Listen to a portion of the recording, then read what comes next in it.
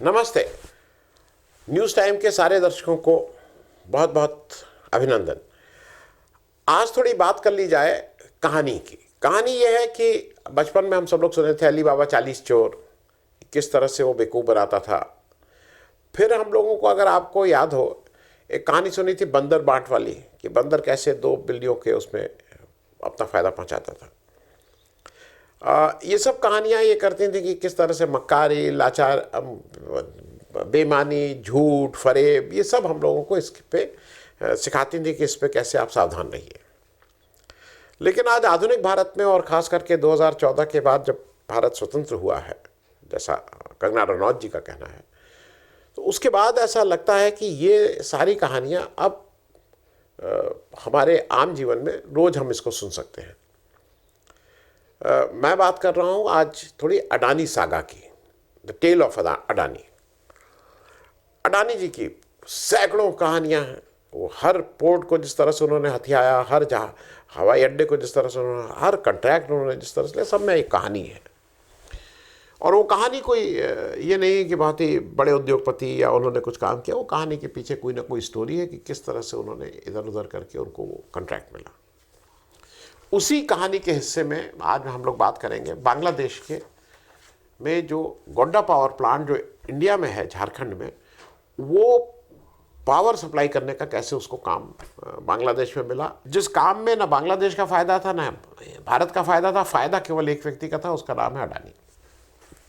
2015 में मोदी जी बांग्लादेश गए, और बांग्लादेश जब गए तो उन्होंने एक समझौता साइन किया शेख हसीना जी के साथ, और समझौते के तहत 2017 में एक MOU फाइनली साइन हुआ अडानी जी और बांग्लादेश गवर्नमेंट के बीच में, जिसमें अडानी जी ने ये कहा कि वो बांग्लादेश को 1600 मेगावाट बिजली सप्लाई करेंगे। अब बिजली बनाने के लिए वो थर्मल पावर प्लांट है, तो थर्मल पावर प्लांट कहाँ लगेगा? थर्मल पावर प्लांट लगेगा झारखंड, गोड्डा में। कोयला, झारखंड में तो बहुत कोयला कहाँ से आएगा? नहीं, कोयला आएगा ऑस्ट्रेलिया में अडानी जी की माइंस से, कैरमेकल माइंस है उनकी, उससे आएगा। तो अडानी जी ने एक ऐसा ताना बाना बना कि वो ऑस्ट्रेलिया से कोयला लाते थे, रास्ते में बांग्लादेश पड़ता है, मतलब शिपिंग कॉस्ट भी कम होती, लेकिन वो सारा कोयला लेके पहले जहाँ तक मेरा वो है पारादीप पोर्ट पे, या मतलब हिंदुस्तानी पोर्ट पे आते थे, या वाइजैक पोर्ट पे आते होंगे, मेरे ख्याल में पारादीप आते होंगे, और वहाँ से रेल द्वारा 700 किलोमीटर की रेल जर्नी करके वो कोयला पहुँचता था गोड्डा स्टील प्लांट, गोड्डा के पावर प्लांट में, जिसका नाम अब अडानी पावर झारखंड लिमिटेड है, APJL। इस दौरान एक चीज़ और ख़ास ये थी कि जब इन्होंने ये 1600 मेगावाट का साइन किया था, उस समय और आने वाले अगले 2-3 साल के लिए जो इंस्टॉल कैपेसिटी थी, जो बिजली बनाने की जो क्षमता थी बांग्लादेश की, वो उनको जितनी बिजली की ज़रूरत थी उससे ज़्यादा थी, और वो ऑलरेडी उतनी बिजली बना रहे थे, उनको बिजली की ज़रूरत नहीं थी। लेकिन ये बिजली ज़बरदस्ती क्यों बेची गई, और इसमें किसका क्या फ़ायदा हुआ? देश का तो फ़ायदा नहीं हुआ था, किस इंडिविजुअल का हुआ, किसने करवाया, ये आप खुद ही आप लोग इसको गेस कर सकते हैं या अपनी छानबीन करिए। लेकिन देश का फ़ायदा नहीं हुआ, देश के नुकसान ही था। बांग्लादेश का भी नुकसान था, भारत का भी नुकसान था। अब ये ले आए गोड्डा, झारखंड जो देश का सबसे बड़ा मतलब देश का सबसे बड़ा जहाँ पे कोयला मिलता है, वहाँ पे कोयला लाया जा रहा है ऑस्ट्रेलिया से, और वो भी महंगे दामों पे। उस समय, लेकिन ये याद रखिएगा, डबल इंजन सरकार थी, बीजेपी की सरकार झारखंड में, बीजेपी की सरकार दिल्ली में। तो डबल इंजन सरकार मतलब डबल भ्रष्टाचार भी, तो भ्रष्टाचार की स्पीड डबल से क्या मतलब 11 गुना बढ़ गई थी। अब वहाँ पे सबसे पहली बात यह आई कि वहाँ पे ज़मीन चाहिए थी। तो ज़मीन चाहने के लिए क्या किया गया? ज़मीन चाहने के लिए कहा गया कि इसको बिजली का ये SEZ बनेगा, the first SEZ of power. तो SEZ में क्या हो जाता है, आपको एक स्पेशल स्टेटस ये मिल जाती है कि सरकार आपसे कोई टैरिफ नहीं लेती, आपसे कोई टैक्स नहीं लेती है, ड्यूटी नहीं लेती, बहुत सी चीज़ें फ्री हो जाती हैं। और ये पहला देश का पावर का SEZ था जो 100% एक्सपोर्ट यूनिट थी। सब जितना उत्पादन करना है सब एक्सपोर्ट करना है। कहाँ एक्सपोर्ट करना है? बांग्लादेश। ठीक है भाई। अब उस समय इस जमीन के लिए करीब 10 गांव से ये जमीन ली गई, लोगों को हटना पड़ा अपनी जमीन से, और उसमें 3 गांव आदिवासियों के भी थे। संथाल वहाँ पे निवास करते हैं, और संथाल जो जमीन और पेड़ इन दोनों को अपना भगवान मानते हैं। ये पेड़ भी काटे गए, जमीन भी ली गई उनसे ज़बरदस्ती। और ज़मीन किसने ली? ज़मीन ली गई झारखंड सरकार के द्वारा। एक नोटिफिकेशन जारी हुआ कि ये पब्लिक इंटरेस्ट में है। अब पब्लिक इंटरेस्ट किसका हो रहा है ये नहीं पता है। हिंदुस्तान में किसी का पब्लिक इंटरेस्ट नहीं है, लेकिन वो पब्लिक इंटरेस्ट उसको बना के उसमें से सरकार ने इंटरवीन किया, वो ले लिया गया। अब अडानी जी ने जब बांग्लादेश से एक साइन किया था, तो उसमें उन्होंने बहुत चतुराई से एक क्लॉज ये डालते हैं, वो हर जगह डालते हैं कि आपको हम बिजली देंगे जिसमें कॉस्ट ऑफ प्रोडक्शन में कोयले का दाम प्लस ट्रांसपोर्टेशन प्लस कन्वर्जन, जो हमारी कॉस्ट वहाँ के प्रोडक्शन की होगी वो कन्वर्जन, तो कोयला अपना। और अडानी जी कोयले का दाम किस तरह से, जो 10 रुपए का कोयला उसको 100 रुपए में बेचते हैं, ये एक जगह नहीं कई जगह कर चुके हैं। गुजरात गवर्नमेंट ने भी इनको ऑलरेडी नोटिस इशू कर रखा है कि भाई आपने बढ़े हुए दाम बेमानी से लिए, आप इसको वापस करिए। लेकिन यहाँ पे वो कोयला भाई अपनी फर्म, अपना वो कागज़ की हेरा फेरी, तो वो तो खैर उन्होंने उस मनमाने दाम कोयले के लिए गए, ट्रांसपोर्टेशन लगाया गया, और फिर इसको कन्वर्ट करके क्या जाएगा वो उन्होंने बांग्लादेश को देना शुरू किया। जो बांग्लादेश के एक्टिविस्ट थे वो पहले दिन से इस प्रोजेक्ट के अगेंस्ट थे, पहले दिन से। अब समझ लीजिए कि ये हुआ क्या हुआ। ये कि मैं इसलिए डेट्स आपको सारी बताता चल रहा हूं कि क्या क्या हुआ। 5 अगस्त को शेख हसीना रिजाइन करती हैं, 5 अगस्त 2024 को, और वो भाग के से हिंदुस्तान आ जाती हैं। 6 अगस्त को नेक्स्ट डे हमारे अडानी जी जो हैं, ये government of India ministry of power को एक एप्लीकेशन देते हैं कि साहब ये बहुत बढ़िया बिजली है, इसको बिजली में आपको बहुत आनंद आएगा, इतनी अच्छी बिजली मैं बना रहा हूँ, इसको हिंदुस्तान ले तो हिंदुस्तान के लिए बहुत फायदेमंद है। ये 6 तारीख को ऑलरेडी मूव कर देते हैं। 8 तारीख को मोहम्मद यूनुस वहाँ पे एज चीफ एडमिनिस्ट्रेटर या CEO करके बांग्लादेश में शपथ लेते हैं। 10 तारीख को हमारी जो मिनिस्ट्री ऑफ पावर है वो रिकमेंड करती है कि भाई ये गोड्डा जो प्लांट है इसकी बिजली तो बड़ी बढ़िया है, बड़ी सुरीली है, बहुत मुलायम है, बहुत बढ़िया है, यूज़ करने में बहुत आनंद आएगा आप लोगों को, आपकी लाइट ज़्यादा जलेगी। कुछ इस तरह की कारण रहे होंगे, लिखा तो नहीं गया लेकिन यही कारण है।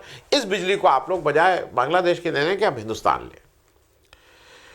12 तारीख को ये ऑलरेडी तय हो जाता है, मतलब नई गाइडलाइंस हो जाती हैं, उनके रूल को चेंज कर दिया जाता है कि अब ये है कि जो भी भाई ये जो एक्सपोर्ट करने वाली इस तरह की यूनिट हैं वो इंडिया में भी दे सकती हैं।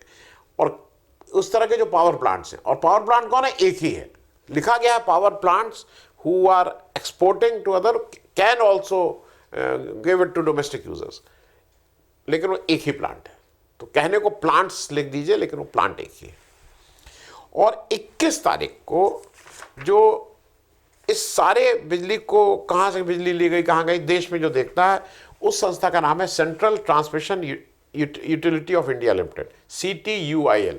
CTUIL इनको 21 अगस्त को, 5 को शेख हसीना जा रहे हैं, 15-16 दिन के अंदर सारा मामला पैचअप, कंप्लीट, डिलीवर्ड, और वो इनसे कह देता है कि आप बिजली हिंदुस्तान में दीजिए और आपको हम लिंक कर रहे हैं लखीसराय से।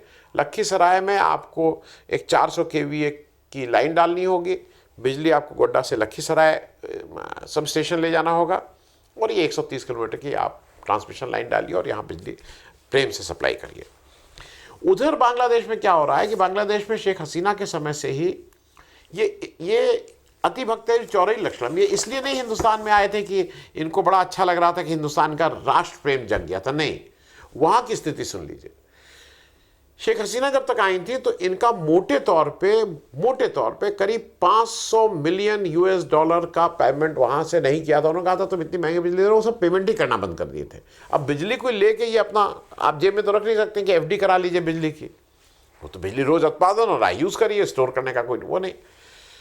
तो इनके ऊपर मोटे तौर पे 5 मिलियन ऑलरेडी शेख हसीना के समय हो गया था, और अभी तक वो मेरा एक मोटा अंदाज अगर 500 मिलियन का आप कर रहे हैं और अगर 83-84 रुपए का डॉलर है, तो ये मैं मोटे मोटी बातें कर रहा हूँ, करीब 4,200 करोड़ रुपए का बकाया ऑलरेडी बांग्लादेश में है कि इतना पैसा इनको लेना है वहां से। तो अभी बंद भी नहीं कर सकते हैं, क्या नहीं कर सकते हैं ये। अच्छा, 2023 में ही इन्होंने शुरू किया था बड़े फैनफेयर के साथ जाके वहां ये और ये सब कर रहे हैं। अब 2-3 चीजें और समझ लीजिए। जो मैंने आपको बताया, आदिवासियों को तो इन्होंने हटाया ही, अब इनके घपले सुनना शुरू करिए। मतलब आपको लगेगा कि क्या घपला हो रहा है। इस प्रोजेक्ट की कुल कॉस्ट 14,000 करोड़ है।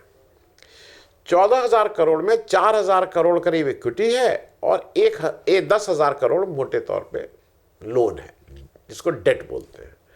अच्छा, ये आप लोगों ने अगर कभी घर खरीदा हो, या आप लोगों ने कभी घर बेचा हो, या ज़मीन खरीदी हो, या ट्रैक्टर खरीदा हो, तो आप अगर बैंक जाइए तो बैंक ही वाला आपको नहीं कहता है कि भाई आपको मार्जिन मनी 20% देना है, 80% लोन कर देंगे। लेकिन ऐसा करिए कि प्रोजेक्ट की कॉस्ट थोड़ी बढ़ा दीजिए। तो बजाय आप 100 रुपये दिखाने के, आप उसको 120 दिखाइए, तो लोन हम जो कर देंगे उसी लोन में से आपका मार्जिन भी हो जाएगा, आपका अपना कुछ पैसा ही नहीं लगेगा। तो क्या यहाँ नहीं हुआ होगा? अगर वो मुर्गी के मतलब मुर्गी खाना, डेयरी, इन सब के लिए अगर लोन देते समय ये सब काम होता है, तो इसमें नहीं हुआ होगा, आपको ऐसा लगता है। खैर, अब ये जो पहले मैं 10,000 करोड़ बता दूं कि कहाँ आया। ये 10,000 करोड़ किसने इनको दिया? 10,000 करोड़ इनको PFC, project financial corporation of India, उसने दिया। मतलब 10 में से 5,000 उसने दिया, मोटे तौर पे 5,000, 2-4 करोड़ ऊपर नीचे, और 5,000 करोड़ इनको REC ने दिया। REC क्या है? Rural electrification corporation. ये किस लिए REC भारत में जितनी ग्रामीण क्षेत्र में है उसमें बिजली जाए, और अगर कहीं ट्रांसमिशन की उसकी दिक्कत है तो उसको उस तरह के प्रोजेक्ट को फंड करती है। REC केवल भारत के लिए है। लेकिन भाई ये तो विश्व वाले वो हैं अडानी जी, तो इनके बांग्लादेश के प्रोजेक्ट के लिए भी, जिसका कोई भारत में फायदा नहीं हो रहा था, भारत को केवल पोल्यूशन मिल रहा था, उसके लिए भी REC और PFC ने वो दिया। अब एक चीज और समझ लीजिए, 4,000 करोड़ की जो इक्विटी है उसमें सुन के आपको आनंद आ जाएगा। ये प्लांट प्रोजेक्ट लगाया किसने? ये प्रोजेक्ट चीन की कंपनी ने लगाया जी। सारे चीन कनेक्शन, माधवी बुद्ध जी भी कुछ दिन चीन में काम कराई थी, चीन की कंपनी के साथ काम कर ली थी, जो सेबी के चेयरमैन है, सब घर ही का मामला है। चीन की कंपनी सेप्को 3 ने यहाँ पे आके इस प्लांट को लगाया है, और जो टरबाइन है जो पावर जनरेट करती हैं 800 मेगावाट की, वो जो टरबाइन है वो एक जी ने चाइना से और एक जी ने सानंद से यहाँ से किया है। ये भी चाइना कनेक्शन है, तो इस प्लांट को भी बनाने में वो है, और सेप्को 3 का भी इक्विटी पार्टिसिपेशन है, ये ध्यान रखिएगा। तो ये जो यहाँ पे पावर प्लांट लगा वो चीनी, अब कितना है वो मेरे पास नहीं जानकारी है, लेकिन वहाँ पे सेप्को का भी कोई 1 करोड़ तो होगा नहीं। अगर 4,000 करोड़ की इक्विटी है तो उसका एक सब्सटेंशियल वो होगा। अब आगे क्या, अभी कहाँ, अभी ये सब राष्ट्र प्रेमी लोग हैं जो चीन को लाल लाल आंखें दिखाते हैं, ये वो लोग हैं। अब जरा आगे की कहानी भी सुन लीजिए, अभी कहानी यहाँ ख़त्म नहीं हुई है। इन्होंने जब प्रोजेक्ट इनिशियली पहला जब बना के दिया तो उन्होंने कहा था कि भैया झारखंड में गोड्डा में चीर नदी है, चीर नदी का पानी हम यूज़ करेंगे, मतलब वॉशरी जैसे कोयले को साफ करने के लिए यूज़ करना होता है। जब हो गया सैंक्शन, जब मूव करने लगा तो उन्होंने नहीं, चीर में नहीं, हम गंगा से पानी लेंगे। गंगा से ये 100 किलोमीटर दूर से पानी लाते हैं, और कितना पानी लाते हैं? करीब 36 billion litre per year, 36 billion litre per year. और जानकारी के लिए बता दूं, झारखंड की कुल जो इरिगेशन होता है, जो कुल सिंचाई होती है, वो करीब 8-9 बिलियन लीटर पानी से हो जाती है। ये फ़र्क है, मतलब उसकी टोटल सिंचाई का करीब 4 गुना पानी ये गंगा से ला रहे हैं। अब गंगा से जो पानी ला रहे हैं उससे क्या हो रहा है? पानी के पे ही पूरी बात कर ले, क्या क्या बेईमानी कर रहे हैं। ये गंगा से पानी ला रहे हैं तो गंगा से पानी निकाल रहे हैं, तो उससे क्या हो रहा है? उससे जो गंगा में जो मछलियां हैं, जो घड़ियाल हैं, जो डॉल्फिन हैं, ये सारी चीज़ें प्रभावित हो रही हैं।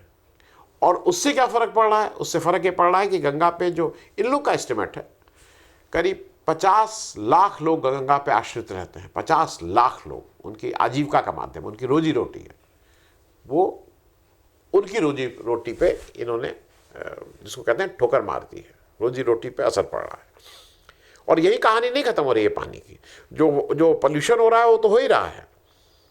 जो ग्राउंड वाटर है वहाँ का ये ग्राउंड वाटर, मतलब जो पानी सतह के नीचे पानी है उसको ये एक्सप्लॉइट करना, तो ग्राउंड वाटर नीचे चला गया है। और वहाँ पे अब फसलें, केवल इन्हीं के प्लांट नहीं, अगल बगल की फसलों पे असर पड़ रहा है। और एक चीज़ और जानकारी दे दूं, ये जो गोड्डा का झारखंड में प्लांट लगा है, इसको कराने वाले और इसके गुणगान करने वाले का जो नाम है, उनका नाम है निशिकांत दुबे जी, जो वहाँ से सांसद हैं। उन्होंने बहुत बढ़ चढ़कर इसमें हिस्सा लिया कि भाई ये प्लांट उनके यहाँ कितना अच्छा काम कर रहा है, ये आप ही समझ लीजिए। अब अभी कहानी ख़त्म नहीं हुई, मैं बस इसको 2 मिनट में ख़त्म करूँगा। कहानी अब ये है कि जब ये CTUIL से इनको लखीसराय मिल गया तो इनका मन तो यहाँ नहीं माना। इनको लगा कि 130 किलोमीटर की कौन बनाए। तो इन्होंने कहा है कि नहीं ऐसा है। अब इन्होंने एप्लीकेशन दी थी, अभी क्या हुआ नहीं मालूम, हो गई होगी मेरे हिसाब से। इन्होंने कहा कि नहीं, बांका जो है ना, बांका का जो सब स्टेशन वो 30 किलोमीटर दूर है, उसमें मुझे दे दीजिए परमिशन, मैं उसी में कर दूंगा।